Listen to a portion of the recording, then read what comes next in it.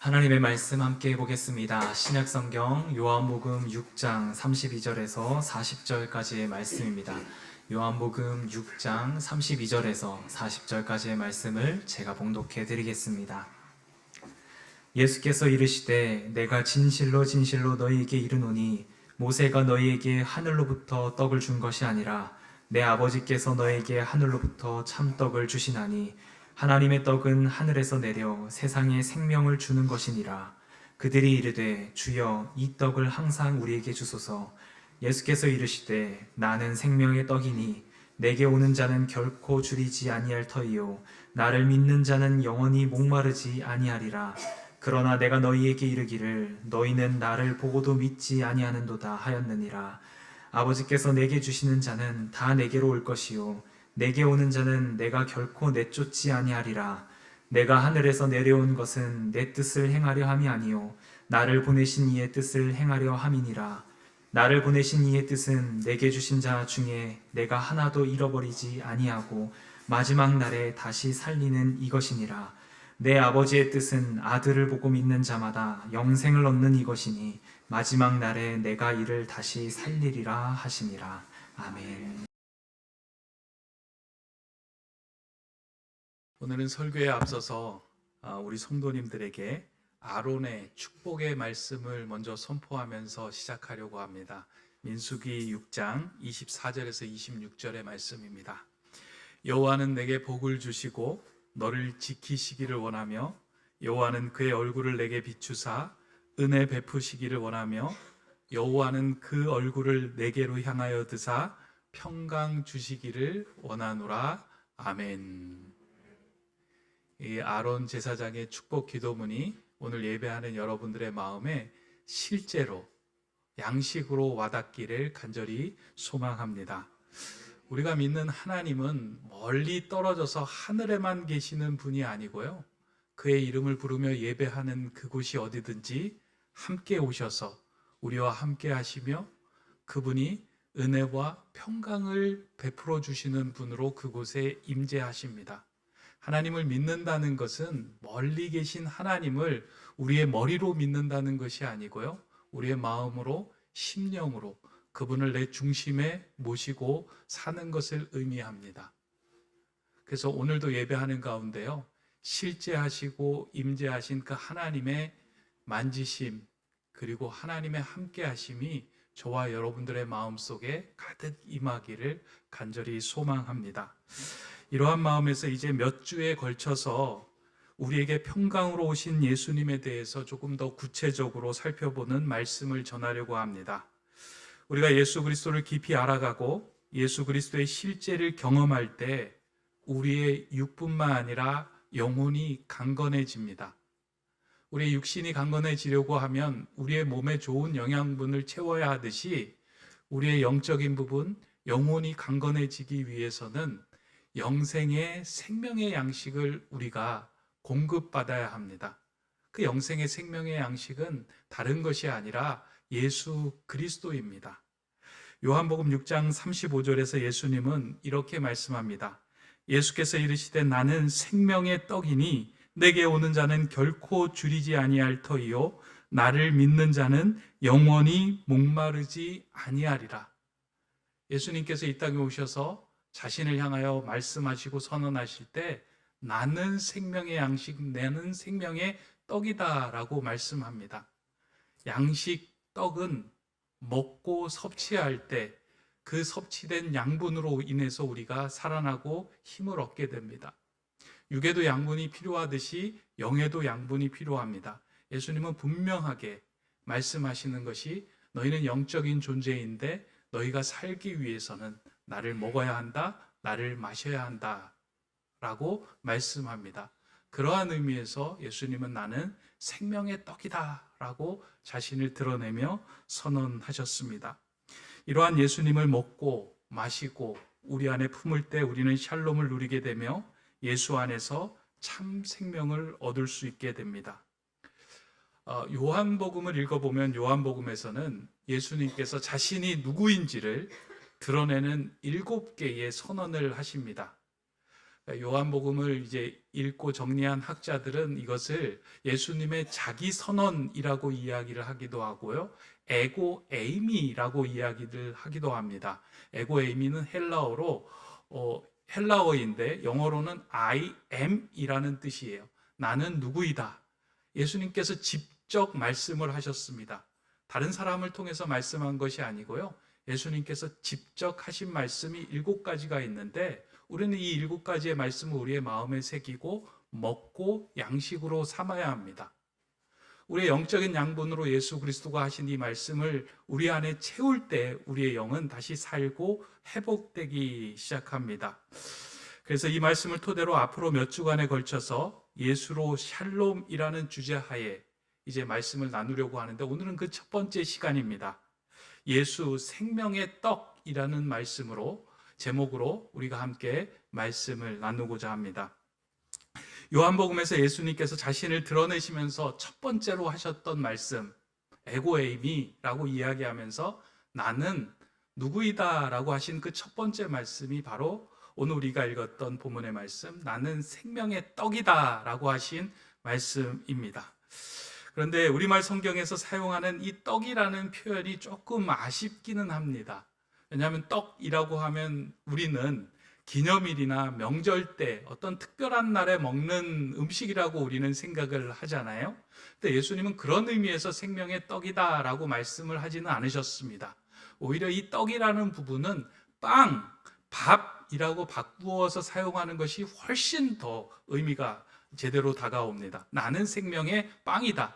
나는 생명의 밥이다 라고 우리는 이 본문을 읽어야 합니다. 왜냐하면 특별한 기념일이나 명절 때만 찾아야 되는 것이 아니라 우리의 일상을 살게 하는, 그리고 우리의 일용할 양식이 되는 그 음식이 바로 예수 그리스도이며 그분을 섭취하며 우리는 살아가야 한다는 의미가 그 안에 담겨 있기 때문입니다. 유대인들에게 있어서 일용할 양식, 매일 먹어야 하는 음식이 빵이었잖아요.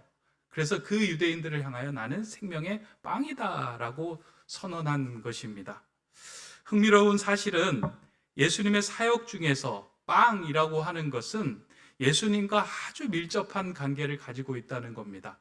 여러분들도 한번 시간 되실 때 예수님의 사역을 들여다보면서 빵에 관심을 가지고 빵에 중심을 두고 예수님의 사역을 한번 들여다보시면 사역과 예수님이 이 땅에 오심과 예수님의 죽으심과 예수님께서 하신 말씀의 본질이 무엇인지 그 안에 잘 담겨 있음을 보게 됩니다. 빵과 예수님은 떼려야 뗄 수가 없는 관계로 성경에는 나타나고 있습니다. 이러한 의미를 알고 있어서 그랬는지 미국의 저자인 하인리 야콥이라는 사람은 인류의 역사를 빵의 역사로 보고 6,000년 빵의 역사라는 책을 기록하였습니다. 이 빵이라는 음식을 중심으로 인류 문명의 6,000년 역사를 기술한 것입니다. 여러분들 보시는 그 화면에 보면은요, 빵의 역사, 6,000년 빵의 역사라고 두 책의 표지가 나오는데 같은 책입니다. 근데 이제 빵의 역사라고 하는 것은 이전에 나온 책이고 개정판이 이제 6,000년 빵의 역사라는 책인데요. 이 저자는 빵이라는 음식을 매개체로 6,000년의 역사를 들여다보니까 이 모든 정치, 종교, 문화, 사회적인 모든 것들이 빵의 중심에 있었구나라는 것을 발견하고 빵을 파고드는 거예요. 그랬더니만 이 땅에 일어나는 많은 전쟁은 빵을 차지하기 위한 전쟁이었음을 발견하고요. 정치도 이렇게 정치의 그 내면을 들여다보니까 빵을 가진 자가 정치에서 승리하게 되는 것을 보게 됩니다. 여러 가지 이제 예를 들어서 그것을 설명하고 있고, 종교 역시도 허기진 사람들에게 빵을 제공하는 능력으로 사람들의 관심을 끌게 되었다라고 주장하며 이 글을 이제 써나갑니다. 그래서 빵의 역사를 보면 사람의 역사가 보인다라고 이야기를 하면서 이 책의 내용을 쭉 끌어가고 있습니다. 저도 이제 그 책을 한번 쭉 살펴보면서요, 보다가 제 눈에 유독 들어왔던 그 한 챕터가 있었는데 그 챕터의 제목이 이것입니다. 빵의 신 예수 그리스도라고 하는 제목의 글이 있었습니다. 지난 주간에 그 부분을 이제 열심히 좀 읽어보았는데 그 요지는 이렇습니다. 예수님께서 이 땅에 오셔서 사람들에게 관심을 끌었던 결정적인 이유는 사람들의 육적으로 허기진 배를 채워주는 빵의 신이 되었기 때문이다 라고 기록합니다.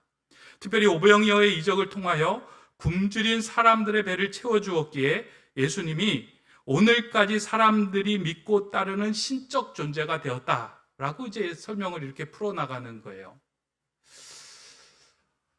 어떤 부분은 이해가 되는 부분도 있지만 전혀 동의할 수 없는 부분이 이제 글 안에 담겨져 있더라고요.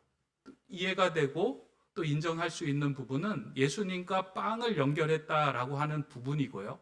전혀 그 동의할 수 없는 부분은 예수님이 빵의 신으로 이 땅에 오셨다라고 하는 부분이었습니다. 한 가지씩 좀 살펴보면은요, 예수님과 빵을 연결해서 이렇게 글을 풀어갔다라는 것은 의미 있는 것입니다. 실제로 예수님의 역사와 생애를 보려면 예수님과 함께 했던 빵의 역사를 보면 잘 보입니다. 예수님이 이 땅에 어떤 분으로 오셨는지, 예수님이 하신 사역이 무엇인지, 예수님이 마지막에 전해주고 가려고 했던 것이 무엇인지가 빵을 보면 이렇게 보인다는 거예요. 여러분들, 예수님이 이 땅에 오셨을 때 어디에 태어나셨습니까? 유대 땅? 마구간인데 그 지명이 동네가 어디예요? 베들레헴이라고 하는 그 지역에서 예수님이 오셨잖아요. 이 베들레헴이라고 하는 그 지명의 이름이 벳이라고 하는 것이 집이라는 뜻이에요. 성경에서 베델이라고 하면 하나님의 집이잖아요. 그러니까 벳레헴이라고 하는데 이 레헴은 빵, 떡이라는 의미입니다. 그러니까 베들레헴은 떡집, 빵집이라는 의미를 가지고 있는 거예요. 예수님이 오신 그 장소가 어디냐면 떡집, 빵집에 오셨다는 거예요. 그리고 마구간의 말의 먹이통에 오신 거예요. 사실 이 한 가지만 봐도 예수님께서 이 땅에 오신 목적이 무엇인지가 우리에게 잘 보여집니다. 예수님은 빵집에서 마구간의 먹이통에서 태어났는데 이 땅의 모든 사람들에게 생명을 주기 위한 먹이로 이 땅에 오셨다라는 그것을 전제에 깔고 있는 거예요. 근데 이건 우연하게 예수님이 베들레헴에 태어난 것이 아니고요. 미리 예수님이 오시기 700년 전에 미가라고 하는 선지자를 통해서 너희를 위해 구세주가 날 것인데 그 구주는 유대 땅 베들레헴 떡집에서 날 것이다 라고 미리 예언을 하신 곳에서 정확하게 태어나셨어요. 예수님의 생애는 떡하고 빵하고 연결이 되어 있습니다. 그리고 예수님께서 이제 사역하면서 공생애를 마치고 사생애를 마치고 공생애로 들어가는 그 시점에서 광야에서 사단으로부터 시험을 받을 때 어떤 시험을 받냐? 첫 번째 시험이 뭐예요? 돌로 빵을 만들라, 돌로 떡을 만들라라고 하는 시험을 받잖아요. 금식하면 얼마나 배가 고픕니까? 눈에 돌이 다 빵으로 보이는 거 아니겠습니까? 너 배고프지? 그 돌로 떡을 만들어서 너가 먹고 지금 너 주변에 많은 사람들이 지금 허기지고 배고파하고 있어. 넌 그 일을 하면 돼. 너가 이 땅에 보내진 건 그 일을 하러 온 거야. 그래서 돌로 빵을 만들어서 많은 사람들을 먹이면 된다 라고 예수님을 유혹을 합니다. 근데 그때 예수님께서 뭐라고 이야기해요? 사람이 떡으로만 살 것이 아니요 하나님 입에서 나오는 말씀으로 살 것이다 라고 이야기를 해요. 돌로 빵을 만들려고 하는데 이게 무슨 말씀이에요? 사람은 육적인 허기를 채우는 것으로만 살아가는 존재가 아니라 영적인 허기를 채우며 살아가야 하는 영적인 존재다. 사람은 육적인 허기만 해결된다고 해서 사람이 온전해지는 것이 아니라 영적인 허기를 해결하며 하나님을 먹고 마시는 존재가 될 때 온전하게 설 수 있다. 하나님의 입에서 나오는 말씀으로 살아가는 존재다. 말씀이 양식이다. 나는 그것을 전하기 위해 이 땅에 왔다. 그러면서 사단의 유혹을 물리칩니다. 예수님께서 마지막으로 돌아가시기 전에 제자들과 함께 만찬의 자리에 앉습니다. 그때 예수님께서 하신 일이 무엇이에요? 빵을 떼어주면서 제자들에게 나눠주고 받아라, 먹어라.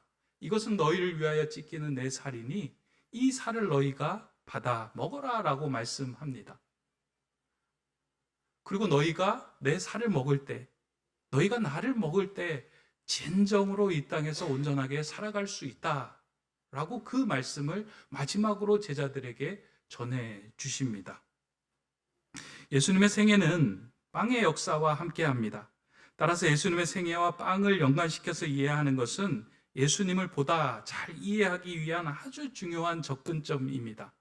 여기는 저는 이제 이렇게 앞에서 동의를 하는데요. 동의하지 못하는 부분이 무엇이냐면, 이 글에서 저자는 예수님은 우리의 허기진 배를 채우러 오신 빵의 신이다라고 한 이 표현의 이 부분입니다. 예수님이 물론 오병이어의 이적을 통해서 빵을 만들어서 사람들의 허기진 배를 채워주신 것은 맞습니다. 그런데 저자의 이러한 시각은 나는 생명의 떡이다 라고 하신 예수님의 말씀을 전적으로 오해하고 있는 부분입니다. 이게 전체적으로 이해를 하려면 사실은 요한복음 전체를 우리가 읽어야 하는데요. 요한복음 전체 앞장에 보면 오병이어의 이적이, 오병이어의 표적의 사건이 이루어지죠. 예수님께서 이제 오병이어의 표적을 행하시잖아요. 물고기 2마리와 떡 5덩어리로 남성 장정들만 5,000명을 먹이시는 이적을 베푸십니다. 사람들은 이러한 이적을 보고 예수님께서 자신들의 허기진 배를 채워줄 수 있는 사람이라고 생각하여 그를 임금으로 세우고자 합니다. 그러니까 오병이의 이적을 보고 배부름을 얻은 사람들이 이제 우리의 허기진 배를 채울 수 있는 사람 존재, 신적인 분이 나타나셨다. 이제 그를 임금으로 세우면 우리의 모든 문제가 해결될 것이다 라고 생각하며 예수님을 임금으로 왕으로 세우고 추대하려고 합니다. 그래서 많은 사람들이 예수를 찾아간 거예요. 당신이 우리의 임금이 되어 주십시오. 당신이 우리의 허기진 모든 세상의 문제를 해결해 주십시오 하고 찾아갔어요. 근데 만약에 예수님께서 빵의 신으로 그 자리에 오셨다면 그때 임금과 왕으로 섰으면 돼요. 근데 예수님은 그 자리를 피하여 다른 곳으로 몸을 숨기십니다. 그리고 그 빵의 신으로 예수님을 따르고 있는 사람들을 향하여 예수님께서 이렇게 말씀합니다. 요한복음 6장 26절의 말씀입니다. 예수께서 대답하여 이르시되 내가 진실로 진실로 너희에게 이르노니 너희가 나를 찾는 것은 표적을 본 까닭이 아니요 떡을 먹고 배부른 까닭이로다 라고 이야기합니다. 너희들 나 지금 빵의 신으로 찾아왔지 너희들이 봐야 할 표적을 못 보고 너희들에게 손에 쥐어지는 이 빵만 보고 나를 찾아왔는데 그건 정말 보아야 할 것을 보지 못하는 거야 라고 말씀하시는 거예요. 요한복음에 보면은요, 예수님께서 행하신 이적을 이적이라고 이야기하지 않고 표적, 세메이온이라고 이야기해요. 표적이라는 말이 뭐예요? 예수님이 누구이신지 드러내는 사건, 그 사인을 이야기하는 거예요. 예수님이 하나님이심을 드러내는 사건을 표적이라고 얘기해요. 단지 물고기 2마리와 보리떡 5개로 5,000명을 먹인 그 이적을 보게 하는 것이 아니고요. 이 이적의 사건을 통해서 예수가 누구이신지, 예수가 참 하나님으로 이 땅에 오셔서 무엇을 하시는지를 보여준 사건인데 이걸 보지 못하고 빵 만드는 것만 보았던 사람들의 모습이에요. 그들을 향하여 그렇게 얘기하는 거예요. 나는 생명의 떡으로 왔어. 너희들은 배부르러 왔지. 내가 주려고 하는 것은 그것이 아니야. 라고 말씀한 거예요. 어떤 분들은 이 본문을 읽으면서요, 그냥 간단하게, 어린아이가 도시락을 내주었더니만 5,000명을 먹였대. 우리가 가진 도시락 내놓아 놓자. 그러면 5,000명을 먹이는 거 아니겠어? 라고만 이 본문을 읽으면 다 읽은 것이 아니라 절반만 읽은 거예요. 예수님이 배고픈 사람들을 향하여 갈등하고 있었을 때 아이가 내놓은 그 도시락은요, 보잘것없는 도시락이었어요. 근데 그 보잘것없는 도시락에 예수 그리스도가 축사하시고 난 후에 그 도시락은 많은 사람들을 먹이고도 남는 놀라운 생명의 양식이 되었어요. 예수님께서 마구간에 오셨어요. 말의 먹이통에 오셨어요. 빵집에 왔어요. 빵과 같은 연약한 양식으로 왔어요. 근데 예수님을 먹는 자가, 많은 백성들이 예수님을 통하여 구원을 얻게 되는 생명의 왕식으로 온 것임을 많은 사람들로 하여금 보고 느끼고 깨닫게 하기 위해 그 이적을 보여주신 거라는 거예요. 정말 봐야 될 건 도시락으로 이런 놀라운 일을 행하셨다가 아니라 예수 그리스도를 통하여 우리도 살아갈 수 있구나라는 영적인 생명의 양식이 예수 그리스도구나라는 것을 보아야 하는데 그것을 보지 못했다는 거예요. 그들을 향하여 예수님이 이렇게 말씀합니다. 나는 하늘에서 내려온 살아있는 떡이니 사람이 이 떡을 먹으면 영생하리라. 내가 줄 떡은 곧 세상의 생명을 위한 내 살이니라 하시니라. 예수님께서 말씀하시는 거예요. 사람들이 떡 먹고 배부른 사람들이 우리에게 떡 더 주십시오라고 찾아왔을 때 그렇게 얘기하는 거예요. 나를 먹어라. 내가 생명의 떡이다. 하늘로서부터 온 떡이다. 나를 먹어야지만 너희가 산다라고 이야기를 하면서 나를 먹어라 라고 이야기하니까 사람들이 깜짝 놀란 거예요. 저 사람이 뭔데 자기를 먹으라고 이야기를 하냐. 설교를 듣던 사람들이 어떻게 반응하겠어요? 아, 이상하다. 이거 이상하다. 감이 안 좋다. 감이 안 좋다. 그러면서 설교를 듣던 사람들이 그 자리에서 다 떠나갔습니다. 성경에 보면 6장 후반부에 보면 다 떠나가고 제자들도 막 떠나가려고 했던 거예요. 그래서 예수님이 그 12 제자들을 향하여 그렇게 얘기하잖아요. 너희도 가려느냐? 너희도 가려느냐? 놀라운 거 아니겠습니까? 하나님의 말씀을 전하는데 그 말씀을 들은 사람들이 말씀을 듣고 아니다 고개를 저으며 그 자리를 떠나는 거예요. 이게 좋은 설교입니까? 나쁜 설교입니까? 말씀을 듣고 떠나는데 말씀을 듣고 몰려와야지 좋은 거 아니겠습니까? 제 인생에서 이런 설교 한 번 했으면 좋겠다라는 생각을 이게 오늘 본문을 읽으면서 하기도 했는데요. 근데 참 이게 쉽지는 않습니다. 이 지점은 우리의 신앙을 돌아보게 하는 지점이기도 합니다. 오늘 우리의 신앙도 빵과 깊은 관련이 있습니다. 여러분들 자세히 생각해 보세요. 우리 신앙이 흔들리는 지점은 언제나 내 손에 들고 있는 빵 때문입니다. 우리 내 손에 빵이 들려있을 때, 빵이 넉넉하게 있을 때는 내 삶에 샬롬이 있다고 생각합니다. 하나님의 은혜가 가득하다라고 생각을 해요. 여러분 손에 빵이 넉넉하잖아요. 통장에 잔고가 있고 집이 넉넉하고 뭔가 주변에 물질들이 가득하면 이 빵을 많이 지으면 나는 하나님께 은혜를 받은 사람이고 나 하나님께 복 받은 사람이고 나는 평안이 넘친 사람이다라고 빵을 보고 판단을 해요. 근데 반대로 빵이 없을 때 어떻게 생각해요? 아, 하나님은 나를 지켜봐 주시지 않는가? 하나님 왜 이러고 계시지? 하나님 내게 더 빵을 주시옵소서. 내게 채워져야 할 빵이 필요합니다. 그러면서 그 빵을 놓고 간구하며 기도합니다. 우리 신앙이 요동치는 지점이 어디예요? 육신의 빵이에요. 모두 다 이 빵에 우리가 마음을 쏟고 이 빵 때문에 흔들리는 신앙생활을 하고 있어요. 영적인 허기가 지는 것은 상관없이 육신의 허기만 채워줄 수 있다면 그것이 하나님이든 예수님이든 다른 종교의 신이든 누구든지 그것을 예수 그리스도로 믿고 따르겠다라고 생각하는 것이 이 빵의 신을 믿는 종교라는 거예요. 근데 알게 모르게 우리가 예수를 믿는다고 하는데 우리는 영적인 양식에는 관심 없이 늘 빵에만 관심을 두고 살아가고 있습니다. 그러나 예수님은 그러한 그들에게 분명하게 말씀하셨습니다. 나는 빵의 신이 아니다. 나는 생명의 양식이다. 이 말씀은 우리에게도 하시는 거 아니겠습니까? 오늘 나는 생명의 떡이다. 나를 먹는 자는 영적으로 살고 영생을 얻을 것이다 라고 우리에게 말씀하고 계시는 겁니다. 우리의 관심이 육에만 있는 것이 아니라 우리를 살리는 것이 영에 있다라는 것을 너희가 깨닫고 육이 이끄는 생활이 아니라 영이 이끄는 삶을 살아가기를 원하면서 우리에게 요청하며 하신 말씀이에요. 너희가 나를 먹고 있느냐? 너희가 나를 섭취하고 있느냐? 너희가 나로 인하여 양분을 채우고 있느냐? 그러면서 예수님은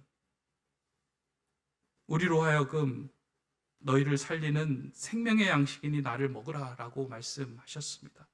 근데 이 말씀이 참 어렵습니다.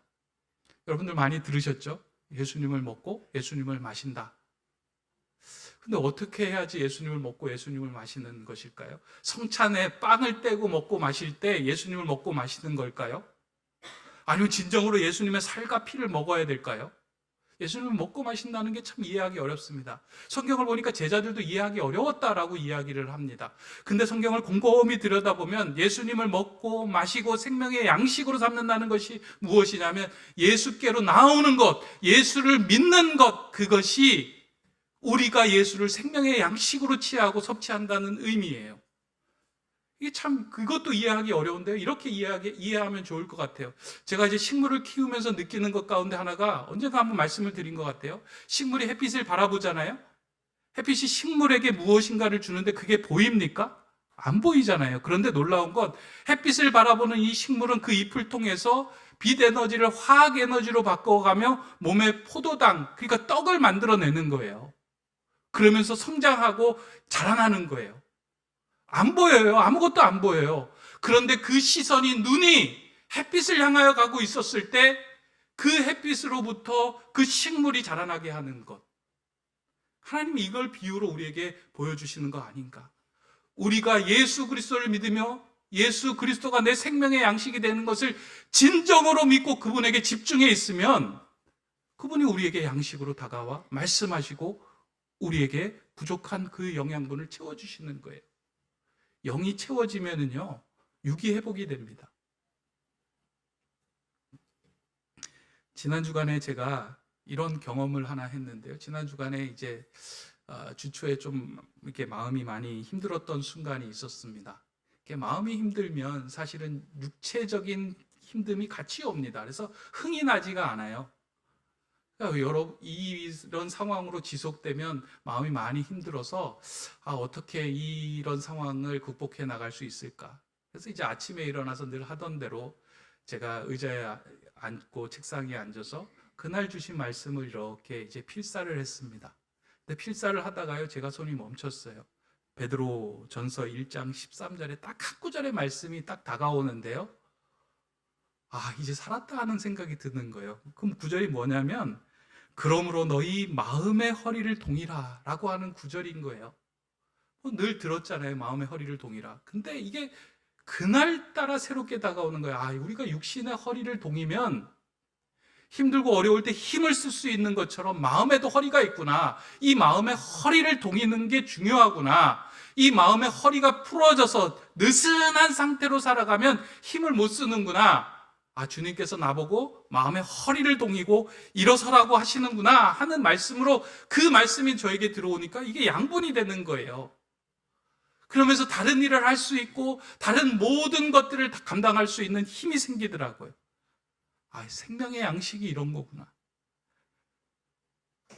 우리가 떡으로만 살 것이 아니요 하나님의 입에서 나오는 말씀으로 살 것이다 라고 하는 이 말씀이 이것이구나. 말씀이 다가오니까요, 양분이 되는 거예요. 영적으로 회복이 되는 거예요. 그러면서 육적인 힘이 같이 솟아나는 거예요. 예수님을 믿는다는 것은 상상하거나 성경 속에서 나오는 인물로 예수를 믿는 것이 아니구나. 실제 하시고 우리를 살리시고 우리를 이끄시는 분이구나. 저는 여러분들이 예수님을 믿을 때 성경 속에서 나오는 분, 하나님의 아들, 우리 구주, 이런 이성으로 예수님을 믿고 따르기를 원하지 않습니다.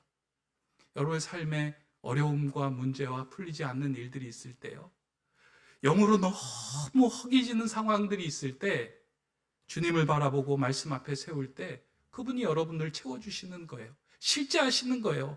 햇빛을 바라보면 식물이 살아나듯이 우리가 주님을 바라보면 우리의 생명에 영적인 양식이 채워지는 그 은혜를 경험하면서 사는 게 신앙생활입니다.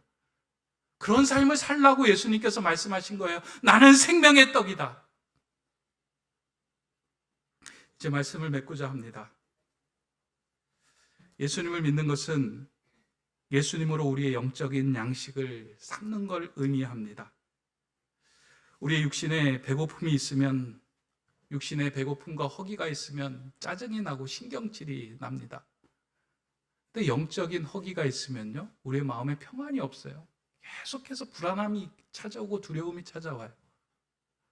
근데 영적으로 예수 그리스도와 함께 영적인 양분을 공급받으면요, 육의 문제가 많이 흔들려도 당당할 수 있어요. 영이 육을 끌고 옵니다. 근데 우리는 영이 약하면 계속해서 육의 문제로 끌려가는 존재가 될 수밖에 없는 거예요. 그래서 예수님이 이야기해요. 나는 생명의 떡이다. 생명의 양식이다. 나를 먹는 자는 영생으로 영원히 주님과 함께 살리라라고 말씀해 주십니다.